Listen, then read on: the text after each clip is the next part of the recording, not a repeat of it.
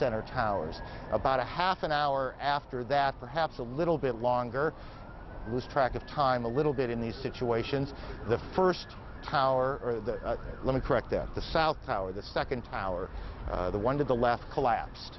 It collapsed in a cascade of smoke and spark, and what we cannot tell you is if there was a second explosion that caused that collapse, or if it was simply, that's the first one, that's the south tower collapsing, and that was about a half hour, give or take, after the planes hit the tower. Then shortly after that, just as the smoke was starting to clear away, the second tower, and that's what you're looking at now. Again, this was not very long ago, 10, 15 minutes ago. The second tower, it almost looks like one of those implosions of buildings that you see, except there is nothing controlled about this. This is devastation. How many people? There are 50,000 people who normally go to work in the Trade Center buildings. How many of those people had arrived already? How many of those people were trapped in the upper stories? How many of those people have been hurt? How many of those people died? We cannot tell you now. We can tell you that hospitals throughout the New York area are receiving literally hundreds of patients. And they are performing triage. They are trying to figure out who could be treated, who needs help first. This is sort of standard operating procedure. We are just being told now that Israel has evacuated all its diplomatic missions around the world. Israel has evacuated its missions. We are told now that Yasser Arafat has condemned these attacks, and we don't know yet who's behind them. Britain has condemned these attacks. Germany has convened its National Security Council, and we will check and see if events are going on in those places or if that is simply a reaction to what has gone on here in Washington and in New York. CNN's Gene Meserve joins us on the phone from Washington. Gene. K Street, which is one of the major thoroughfares here in Washington, it is absolute gridlock. It takes about 15 minutes to drive one block. Ordinarily, this time of day, there'd be nothing near this kind of traffic. You see pedestrians filling the sidewalks, many of the businesses and offices here having closed. You see cars absolutely pouring out of the parking lots, contributing to the absolutely horrendous traffic situation. Many people trying to use their cell phones. However, cell phone service has become very difficult in this town because of the crush on circuits. For the most part, people appear to be very calm and collected. I will tell you, though, that as I drove, I looked at the car next to me full of some young women who I would guess were in their 20s, several of them crying their eyes out, obviously very upset as they listened to the radio and heard the news of what is happening in this city in New York also. Aaron, back to you. Gene, thanks. Gene Meserve in Washington this morning as she and the rest of the organization continues to gather what facts we can, what facts are available in the wake of the extraordinary chaos that has followed this extraordinarily horrendous terrorist attack. American Airlines, we are told, one of the planes involved in this was a hijacked American Airlines 767 out of Logan Airport in Boston. American Airlines will say what is known as you look at the White House being evacuated a short time ago, or is that live? And I'm not sure on my monitor which it is. I believe it's taped from a short time ago. In any case, American Airlines will talk to reporters in about a half hour or so, 11:30 Eastern Time. One of its planes involved in this, and we will bring that press conference to you live when it happens. Here in New York, hospitals are being overwhelmed as hundreds of patients are being brought in and being treated. We cannot tell you, we would not even begin to guess what the numbers in this will be, how many people will have died by the time this day is over, how many injuries have taken place in both Washington and New York. But as former Police Commissioner Howard Safer told us a few moments ago, obviously the numbers are going to be extraordinary. Who do we have on the phone, guys? Just help me out here. Patty, are you there? Yes, I am here. What do you got? About an hour ago, I was on the corner of Broadway and Park Place. That's about 1,000 yards from the World Trade Center when the first tower collapsed. It was a massive explosion. At the time, the police were trying desperately to evacuate people from the area.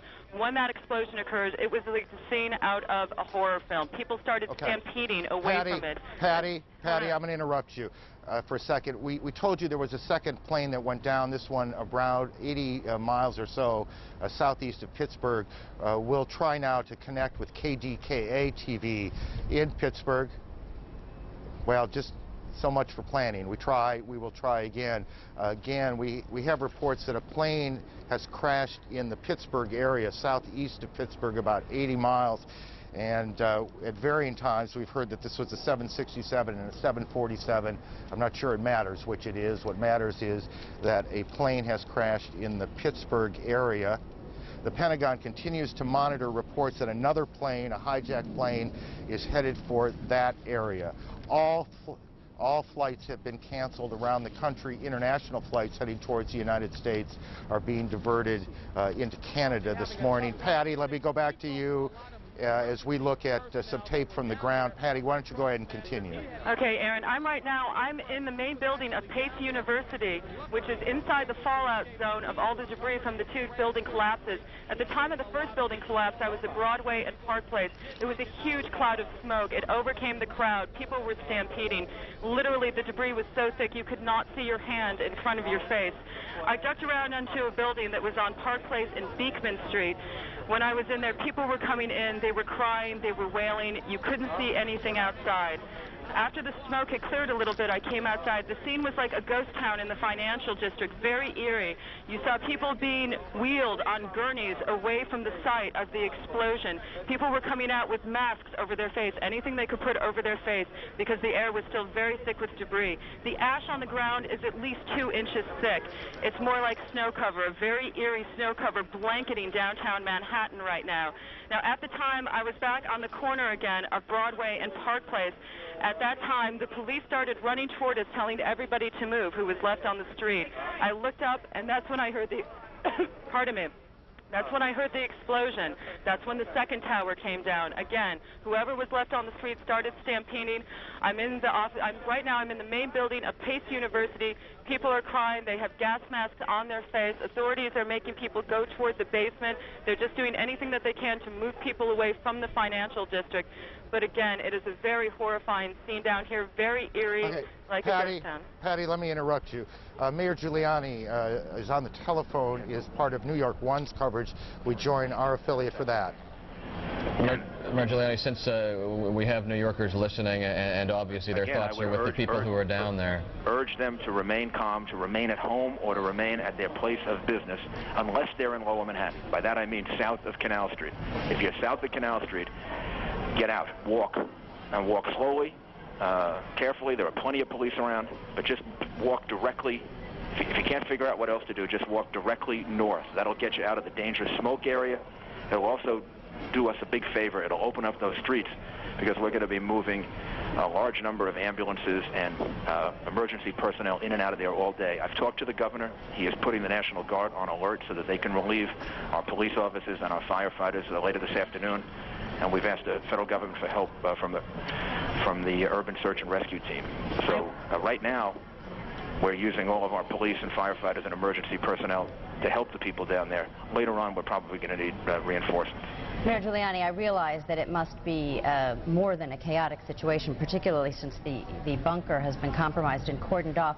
But can you give us any sense? There are so many people watching now who must have loved ones down in that area and are concerned of the systematic... My heart goes out to them. I've never seen anything like this. I was there from shortly after it happened and saw people jumping out of the World Trade Center. It's a horrible, horrible situation. And all that I can tell them is that every resource that we have is attempting to rescue as many people as possible. And the end result is going to be some horrendous number of lives lost. I don't think we know yet. But right now, we have to just focus on saving as many people as possible. Can you give us a sense of if there is, in fact, some system being implemented, what that system is, and where people are being taken? People are triaging. People are being taken to every area hospital possible, even virtually within minutes. I drove down right past St. Vincent's Hospital, and I could see them actually on the street ready to take people, and that was within minutes of the first airplane hitting the World Trade Center. So the hospitals are ready. We'll be moving them to all different area hospitals, triaging them. The main thing is having those streets open so that we can get people in and out of the southern part of Manhattan as quickly as possible, so that we can move them, to hospitals all over the city. And Margiuliani, we'll let you. In place, they're doing it. We just need the cooperation of people in getting out of there. We'll let you get back to the operations there, and we do appreciate you taking the time for us here. But once again, the only thing to do now is to remain calm and try to assist in the rescue effort. Thank you. Now let's pray. That's New York's Mayor Rudy Giuliani talking to a CNN affiliate New York One here, saying that clearly there's going to be tremendous number of lives lost on these attacks here in New York, urging people to stay calm and to leave the area calmly. The area is in the southern part of Manhattan, way down on the tip of Manhattan Island. The mayor urging people to calmly move north. CNN's Jamie McIntyre is at the Pentagon. Jamie, why don't you start, if you can, at the beginning here as we try and put some order to all of this. What happened? Well, let me just describe the scene that we have here, and I'll back up a little bit. But right now I'm looking at the charred facade of the Pentagon, a huge gaping hole on the side where the Pentagon heliport is located, the side that faces Arlington Cemetery. In front of me is a long line of rescue personnel with backboards. They're just waiting for victims to be brought out so they can rush them to nearby medical facilities. I see a few victims being treated on the grass outside the Pentagon. Firefighters continue to pour streams of water onto the side of the building, and huge black cloud of smoke continues to billow out. It is a scene of utter destruction here. I'm sure it pales in comparison to the World Trade Center, but I've never seen anything like this myself in the history of the Pentagon. There's been nothing like this. Again, a huge gaping hole. You can see the exposed 5 floors of the Pentagon offices just ripped apart. Our report is that an aircraft of some kind, and at least one witness identified it as a civilian aircraft, hit the side of the building shortly after the incident in the World Trade Center this morning. People who were in their offices nearby reported hearing a huge explosion, seeing shards of shrapnel come by their window. The entire Pentagon has been evacuated. A short time after this attack, there were urgent announcements made over the loudspeaker telling people to quickly get away from the building because they had reports of a second plane heading this way just 2 minutes away.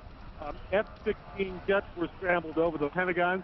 I saw several of them go by, but no second plane ever materialized, and the building remains completely evacuated as firefighters continue to pour columns of water on the devastated side of the Pentagon, and rescue personnel continue to whisk victims away. We have no report at this time of how many casualties. Clearly, dozens and dozens of people have been hurt, and we presume that there have been some deaths as well.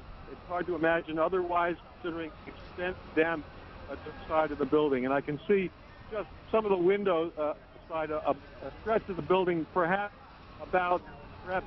40 or 50 feet wide. Just looks like it has collapsed under the weight of the impact. Aaron? Jamie, thank you.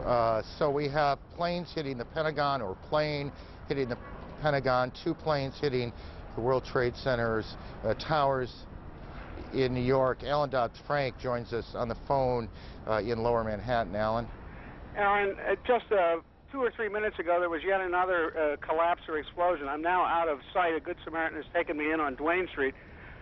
But at 11:15, there was another collapse or explosion following the 10:30 collapse of the second tower. And a firefighter who rushed by us estimated that 50 stories went down. The street filled with smoke. It was like a forest fire roaring down a canyon.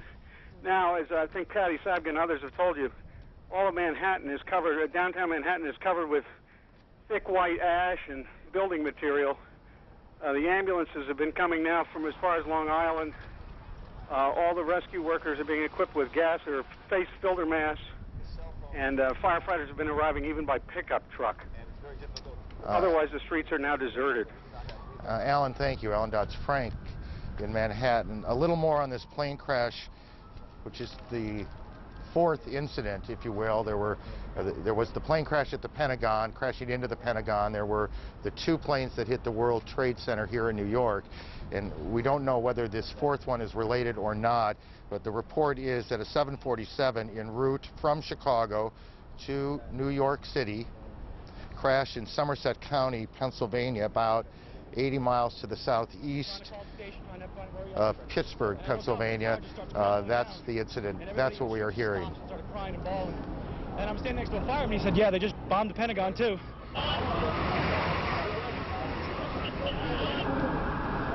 Our colleague, Jeff Green, well, we have a little more sound here from witnesses. I'm with the fire alarm company. The doorman goes to me, wow, I never seen a plane flying so low. And we looked out at it, all of a sudden, boom, it seemed like it wasn't even real. And we came running over here closer to the place, and all of a sudden we saw the other explosion. I don't know.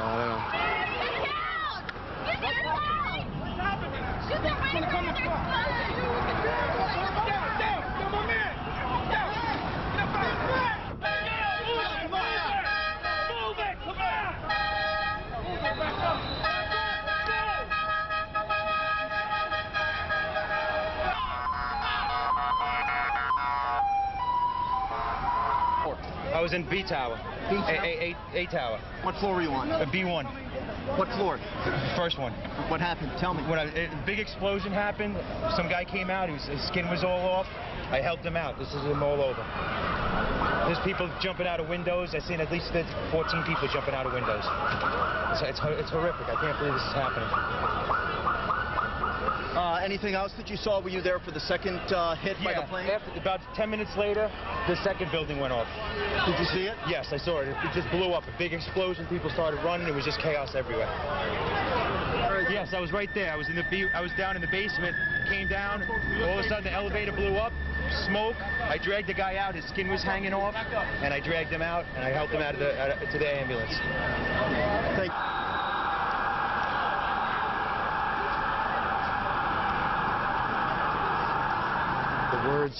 The words of some of the witnesses here in Manhattan this morning, and the pictures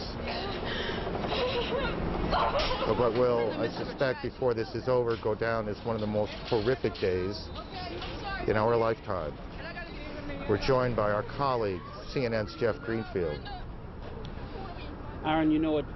In 1993, when terrorists bombed the World Trade Center, their plan was to knock one of the towers into the other, bringing them both down. That disaster was averted, and bad as that was, in a sense, America was lucky.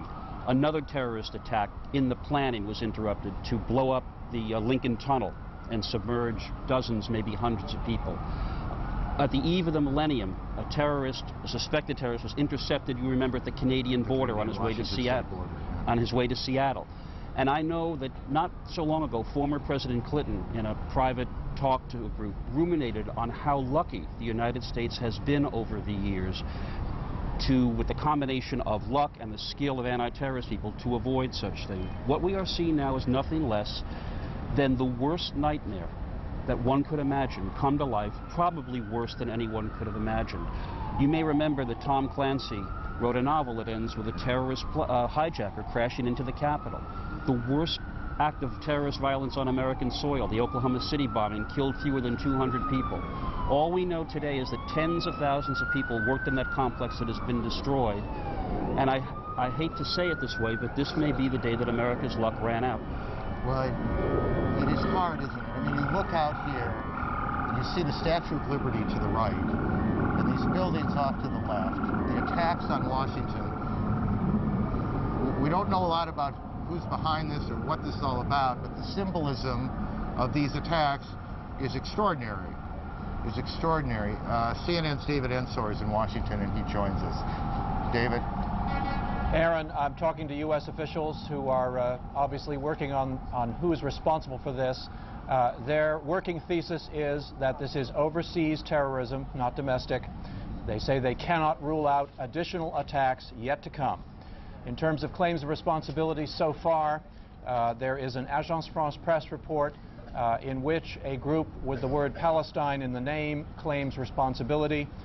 There is also a report quoting personnel close to Osama bin Laden, the fugitive Saudi accused terrorist, denying that that group was involved. But again, U.S. officials say they can't shed any light on whether these reports are correct or incorrect. Usually when this kind of attack occurs, you have claims of responsibility from all sorts of people who had nothing to do with it, so it's a very fluid situation at this point. But the Central Intelligence Agency of the United States has been evacuated from its headquarters in Langley, Virginia. There are some key personnel still in the headquarters, but the operations center has been moved elsewhere. U.S. officials saying they don't want to talk about where exactly the headquarters staff and operations staff has been moved to, but that staff is focusing now on trying to find any shred of information that could help the U.S. government figure out who is doing this and how to put a stop to it. Aaron? David, you tell me if I'm right or wrong here. As a practical matter, there are not a whole lot of groups that the United States government knows about that are sophisticated enough, have the kind of money, the resources to pull off something like this. Fair enough? That's absolutely true, and obviously, despite the denial, attention will quickly turn to the bin Laden group because it has long tentacles. It has connections with all sorts of other groups. We saw at the Millennium a group of Algerians apparently involved in trying to arrange bombings in the United States, and now there is evidence being produced in court sessions that those Algerians were working for the bin Laden group. So that group certainly will come under immediate suspicion. There are very few others that could have pulled this off. Aaron? Right, I mean, just because of the enormity of it all and the sophistication required to stage these multiple attacks, this is not something some small cell can pull off. This is obviously a group or groups, well-financed and extraordinarily well-organized.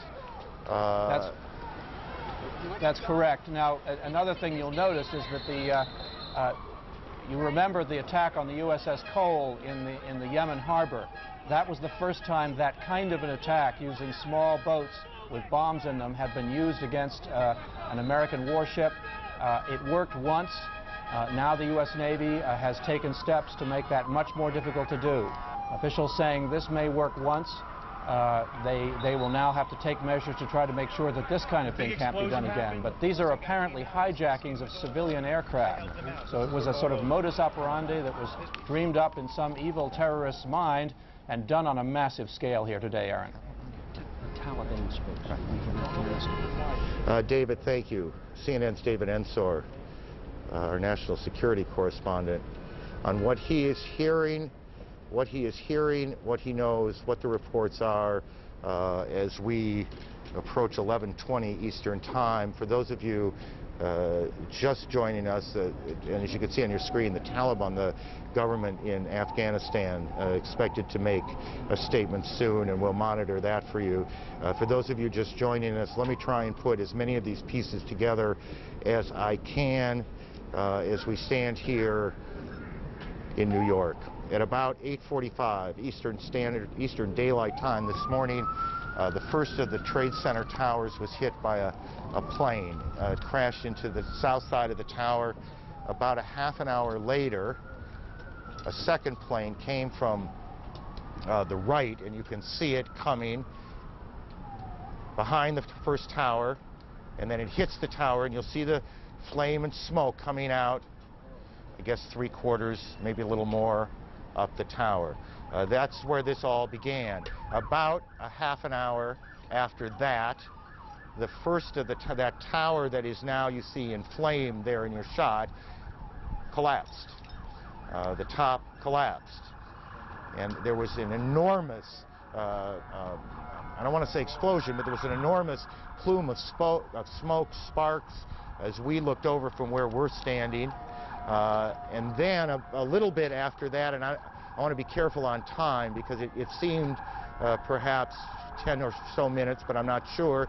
The second tower, which in fact was the first one hit, collapsed as well, and that's what you're about to see.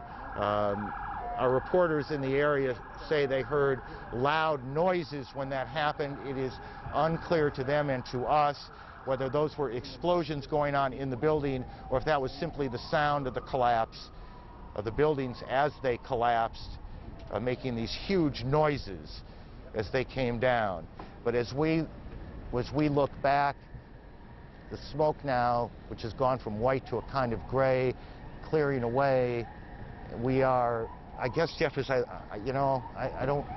want to know what's behind the smoke, but I have the worst feeling is that very little. And the fact is that we've already been hearing from even the fragmentary reports from people on the ground, stories beyond horror, people jumping out of windows because of the flames.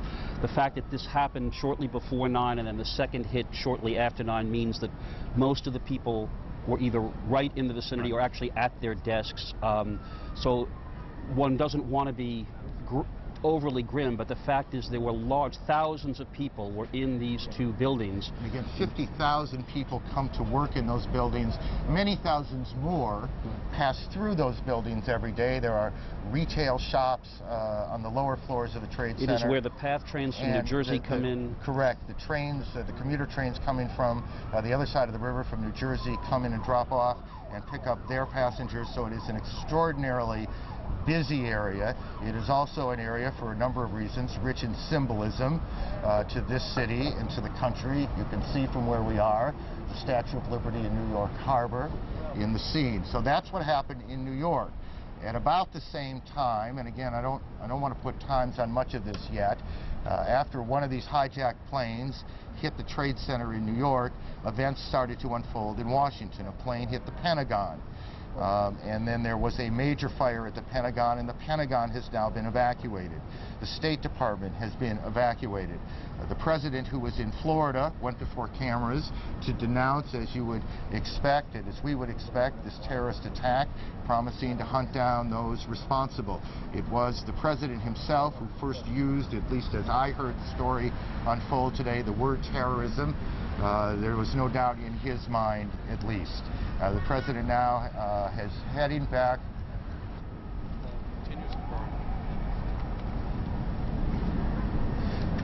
We are now getting a report from that American Airlines says that one of its flights, a flight from Boston to, I believe, Los Angeles, correct me guys if I'm wrong, is down, or at least they've lost contact with it. 81 people on board. This would be the second of American Airlines flights to have been involved, presumably, in this event. Another flight, this one from Dulles to Los Angeles, is down with 54 passengers on board. So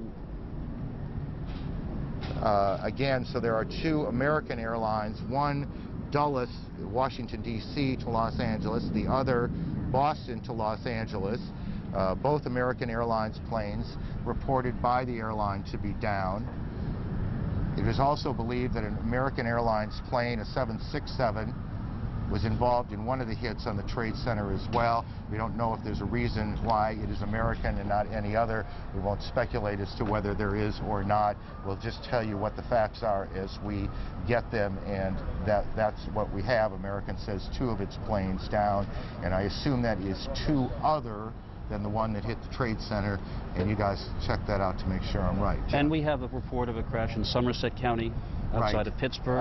Right, I believe a 767, though we're getting reports perhaps a 747, which doesn't quite fit into what we believe flies Chicago to New York, is also down as well, and I do not know the airline involved there. Let me just go back okay, I do now. It's a United Airlines plane.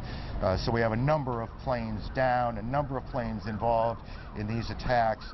The Boston to Atlanta, if I'm reading the notes correctly, had an American 767 with 81 passengers on board, 9 flight attendants, 2 pilots.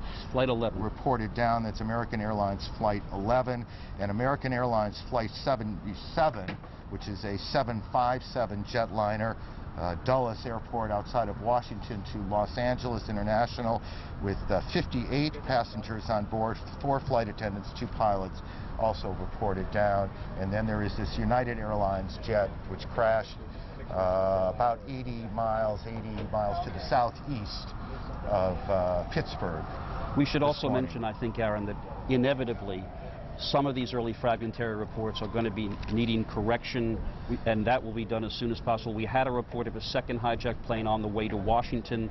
Capitol Police were reporting that there have been no signs of that plane. We simply, at this point in this awful story, have to just tell our viewers we will do everything we can to report this accurately. If fragmentary reports need amending or correcting, that will be done immediately. And I think in fairness here, there is in a number of places right now, perhaps 4 or 5, chaos. And numbers that come out aren't necessarily going to hold up. And in our reporting, we will be a bit conservative on some of this until we track it down. There's no point in allowing this thing to seem worse than it is. It is already horrendous, and we don't need to make it any worse by misstating numbers, and we want you to keep that in mind. CNN Medical Unit reports that the Center for Disease Control in Atlanta, the Centers for Disease Control, is preparing bioterrorism teams to respond to the incidents. This, we are told, is simply precautionary. We have absolutely no reports and no evidence that there is any biochemical or bioterrorism going on, but clearly what is happening in every department of the United States government, and I suspect in every department of most major cities right now, the plan that they hope they never have to implement, the plan that they spent years preparing, is now in effect, not just here, not just in Washington, but around the country, because no one knows precisely where this is going. CNN, my colleague Judy Woodruff joins us from Washington. Judy? Aaron, we've been watching this here in the Washington Bureau. I'm in the studio now just a few blocks from the Capitol, from the United States Capitol, and the first thing I want to tell you is that everyone, I'm sure, on their minds is God rest the souls of those who've lost their lives this morning in New York, in Washington, near Pittsburgh, in Pennsylvania. It is just a story for which there are no words to describe. Here in Washington, we are keeping a very close watch on the Pentagon. You've been reporting, Aaron, and other CNN correspondents. A plane evidently crashed, a commercial jetliner crashed into the Pentagon earlier this morning. Approximately 60-foot section of this building, which is, of course, the headquarters of all the military for the United States, was on fire as a result of this crash, and then collapsed. These are some of the pictures we've been bringing our audience from the Pentagon. We've watched people being treated by first aid personnel there. We have no information yet on casualties, on the number of people who may have been hurt or may have died in this incident, although emergency personnel on the scene have said surely there have been casualties there. Elsewhere in Washington, every federal building has been evacuated or is in the process of being evacuated. I'm now told that United Airlines is now saying that can you tell me the number of the flight? 93 has crashed in Pennsylvania. Now, a flight from Newark, New Jersey to San Francisco. Now, we don't know if this is the same airplane that Aaron was reporting a little earlier crashed in Somerset County near Pittsburgh. Aaron had reported that some minutes ago, and now we are getting a confirmation from United Airlines that its flight United 93 on the way to San Francisco has crashed. So we now have at least 2 commercial airline companies in the United States, American Airlines reporting 2 of its passenger jets down, one flight, Dulles in Washington to Los Angeles, and then another flight from Boston to Los Angeles down, and now we have United Airlines reporting at least 1 airline or airliner down with concern about another one. So the pieces of this story continue to come together. I have to say, in my 30 years as a journalist, I have never seen anything like this, never covered a story of the dimensions of this, and I'm sure it's safe to say that's the case for for my colleague Aaron Brown, and for any one of the other many correspondents, producers, and others with CNN and our colleagues at the other news networks.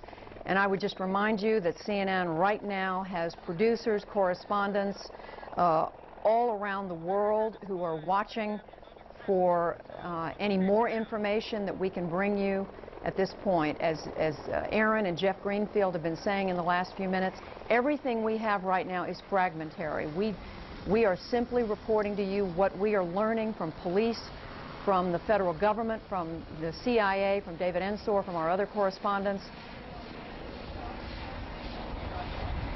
And I'm now told that former U.S. Army Commander General Wesley Clark is joining us on the telephone. Former commander of NATO, the North Atlantic Treaty Organization, is joining us from Little Rock, Arkansas. General Clark, from your knowledge of the military, you know the Pentagon. What are you thinking right now? Well, good morning, Judy. First of all, we've got to try to assess what's really happening, and as all of the news reports indicate, it's clearly a coordinated effort.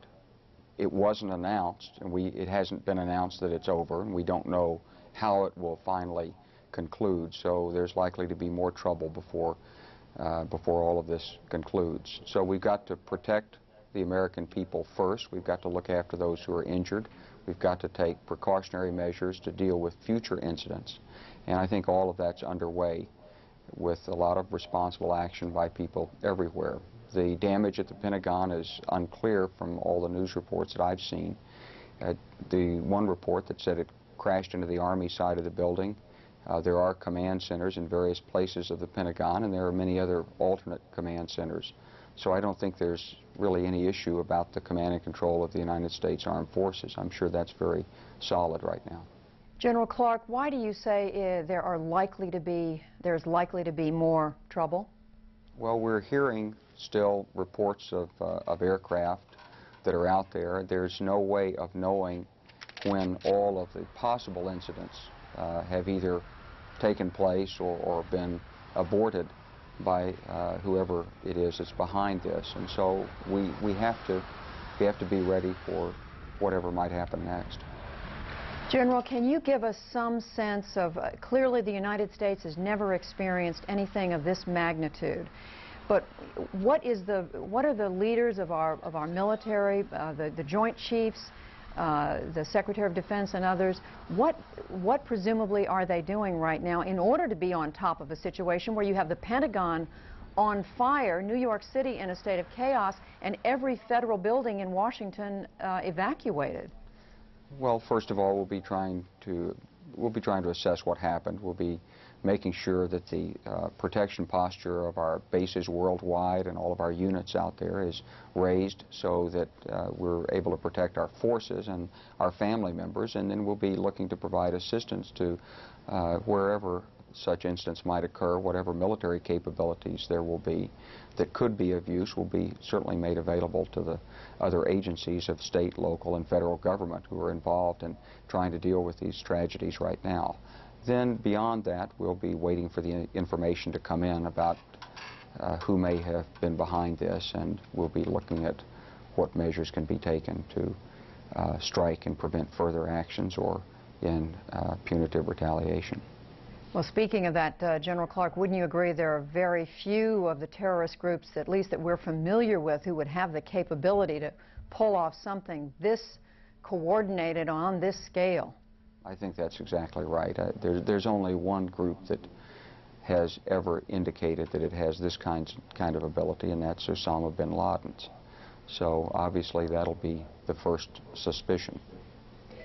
Are you, clearly we are all in a state of shock, General Clark, but is it fair to say that you're not truly surprised by this, given what we've heard from that particular group? And again, we don't know who's behind this, but given what we do know. Well, there have been many threats made against the United States and threats of terrorism, and we know that the World Trade Center has been a target. We know that aircraft have been hijacked, and we know that car bombings are used in many places in the world, and there's no doubt that for a long time there have been groups who have tried to target the United States. Normally, many times we've gotten indications. We've been able to take actions that the American public never knows about that have broken up these attempts. In this case, for whatever reason, we didn't have the information and we weren't able to take the actions to break it up. And General, what do you say to those Americans who are looking at these horrific pictures that they've been watching now for almost 3 hours on television, who are thinking, will I ever feel safe again in an airplane, in a tall building in this country? I think that that will be one of the primary issues that has to be addressed by government leaders, is how to restore ever a sense of normalcy to the country. Will it ever be the same? And that's a question everybody will be asking. But I think it's too soon to expect any answers to that. I think we've got to assess this. We've got to track this down. I think one thing that comes through very clearly now is if this is terrorism and international terrorism, then clearly there has to be a much greater degree of cooperation between nations to deal with this. Whoever did this lives somewhere. He's supported by someone, and people know him, and someone knew that these events were being planned. And if we didn't have that information, we should have. And I think that's one resolve that will come out of this from nations all over the world, that more has to be done collectively together. But in a large sense, General Clark, whoever was behind this has clearly succeeded in the most horrific and devastating way. Well, it's been a tragedy for America, there's no doubt about that, and for so many people and their families, our hearts go out to them.